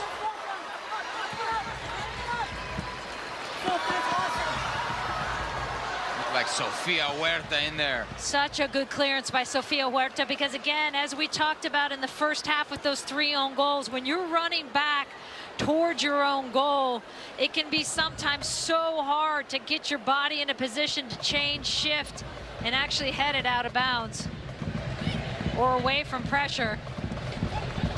There you see the live table. Right now, the United States in first. They've won 4 of the first 6 editions of the SheBelieves Cup. Here we are in year 7. As we mentioned, Iceland and Czech Republic next on the dance card from Dignity Health Sports Park. Still plenty of time to go here. The United States would like a 5th.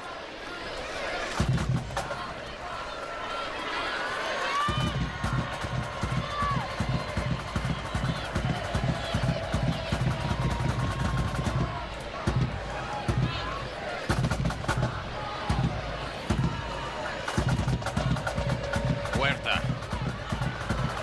had Pugh.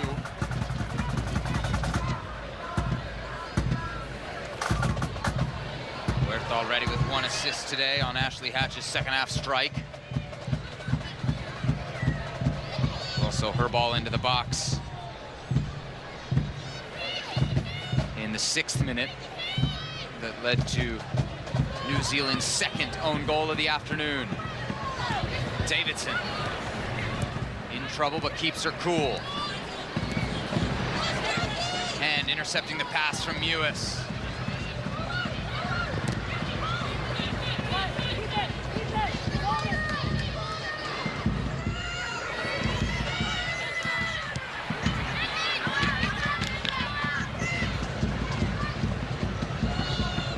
U.S. confident, building out of the back despite the New Zealand pressure. It's opened up some space. Huerta for Pugh.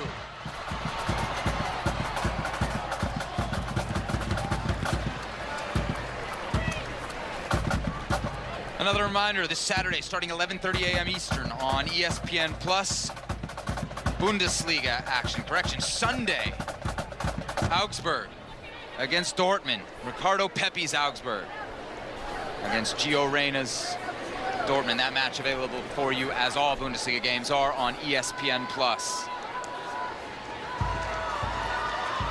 Speaking of great content we got at ESPN, I know we got season 7 of Laughter Permitted coming up, right? Oh, we do. Starting taping soon? Podcast is back in action. We're actually taping with Lindsay Jacobellis, 2-time Olympic gold medalist at this, 2 Olympic golds at this Olympics. All right, name dropper. Any soccer folks in the yeah, in the Nadia rundown? Nadine. Oh, great one, yes. Yeah, it's a tremendous story. Denmark international. Yep. Fled the Taliban, ended up playing for the Denmark national team, and is now with Racing Louisville. Accomplished medical student as well.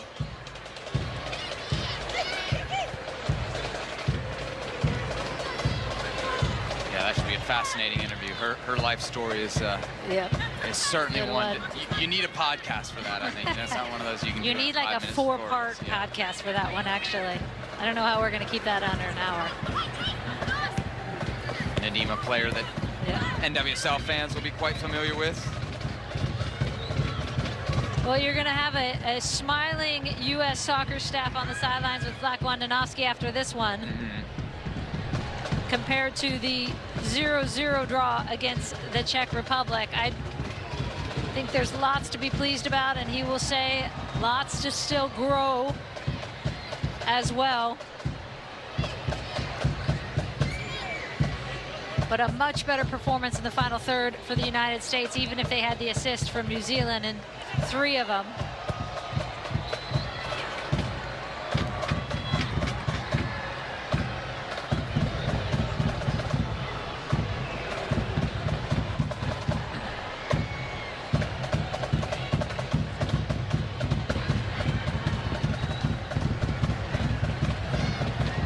Powell finds her way into the attack.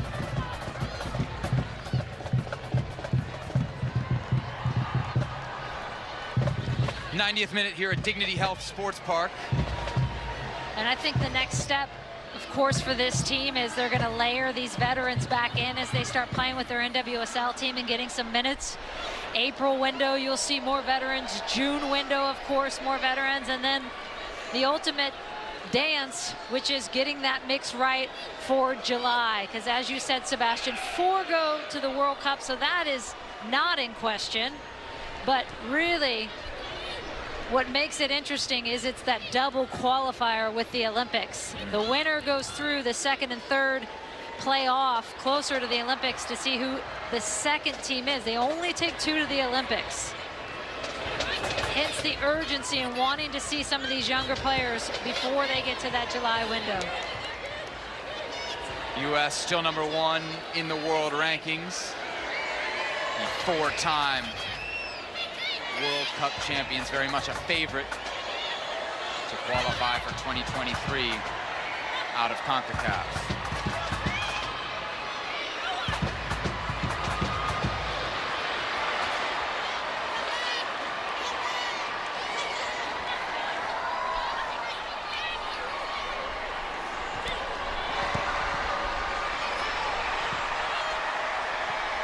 New Zealand not giving up.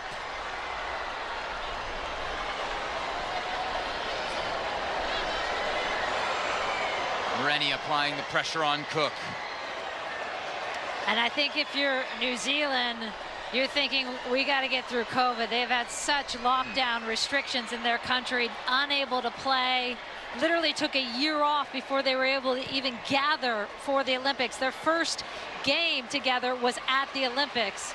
So they're working their way back from what their country is going through, what the world is going through, and hoping they can build before that 2023 World Cup. Hugh bearing down on Bowen. Williams leaving it be in an offside position.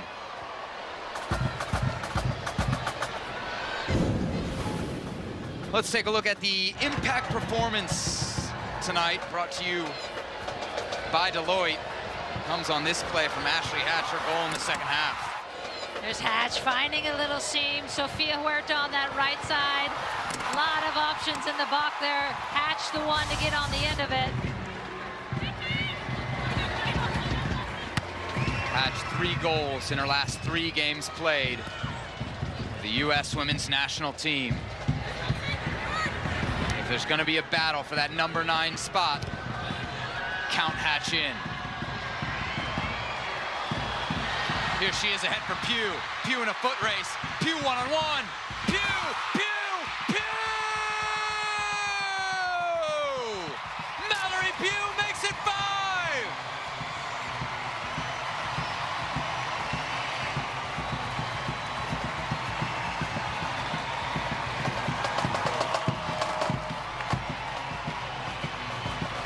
All of this starts from Hatch in midfield, winning that first ball.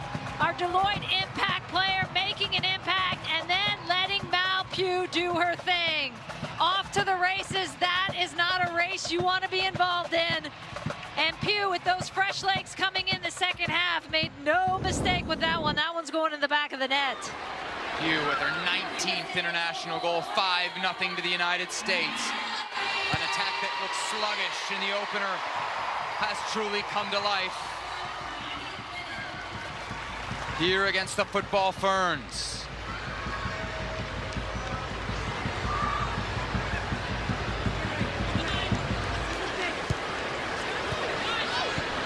It's the little things, Sebi, battling for that ball in midfield, getting it, and then it's Pugh off, but it's Hatch who started that one as well.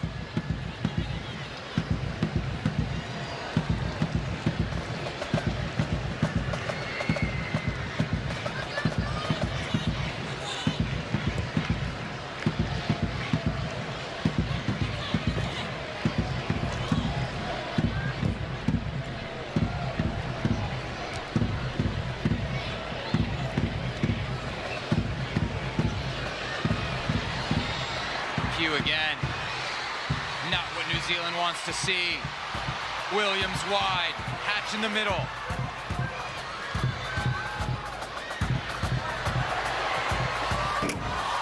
Another own goal, no! Off the post and Hatch put it over the bar.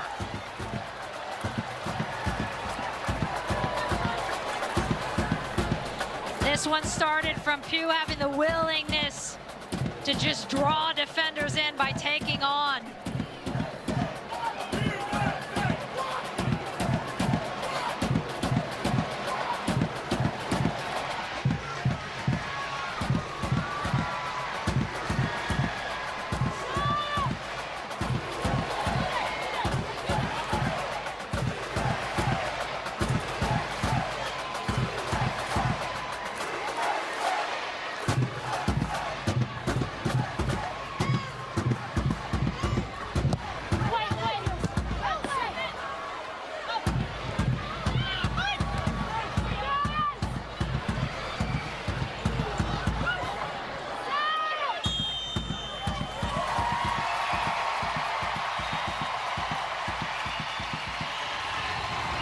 There it is, the final whistle. The United States 5-0 winners over New Zealand in the second of 3 at the 2022 SheBelieves Cup. 3 own goals for the Football Ferns, the story of the first half. Second half strikes from Ashley Hatch and Mallory Pugh added to the damage. Julie, after what we saw Thursday night, a marked difference here on this Sunday afternoon. There will be a lot of smiles after this one comparatively. You could see the angst over that 0-0 draw against the Czech Republic. And there is Michaela Moore. Your heart goes out to her on the sidelines with that first half. And you saw a lot of the U.S. players going straight to Rebecca Stott and giving her a big hug, and only her second appearance coming back from her fight with cancer. Maria Belén Carvajal, the center ref from Chile today, oversaw the proceedings as the United States picked up a dominant victory. Plenty more to come from here at the SheBelieves Cup as the United States runs roughshod over New Zealand.